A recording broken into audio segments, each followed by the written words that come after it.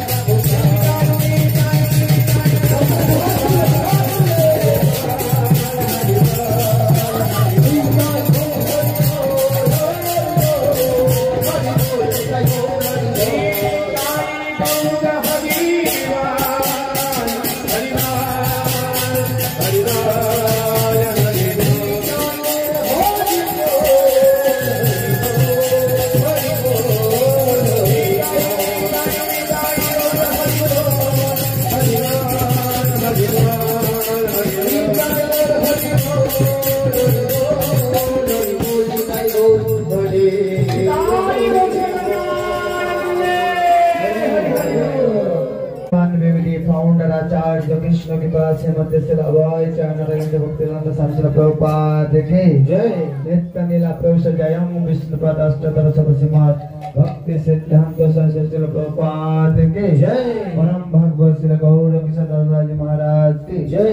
सर्वस्वामी गण की जय। नामाचार्य श्री हरिदास ठाकुर की जय। अनंत कोटि वैष्णव वृंद की जय। प्रेम से कहो श्री कृष्ण चैतन्य प्रभु नित्यानंद श्री अद्वैत गदाधर शिवासादि श्री गौर भक्त वृंद की जय। नवद्वीप मायापुर धाम की जय। श्री राधा कृष्ण गोपीनाथ श्याम कुंड राधा कुंड राधा जमुना ब्रजमंडल धाम की जय। गिरिराज गोवर्धन की जय। मथुरा वृंदावन धाम की जय। गंगा माई जमुना माई की जय। भक्ति देवी तुलसी महारानी की जय। बड़े जुगेरे जुग धर्म नाम संकीर्तन की जय। गो माता की जय। श्री गौरी की जय। गोपाल कृष्ण भगवान की जय। कृष्ण बलराम की जय। राधा श्याम सुंदर जो की जय। जय जय महामा पुष्प अभिषेक महामा अधिवास दीन के स्वागत भक्त वृंद के हिताय गौर प्रेमानंद हरि हरि बोल।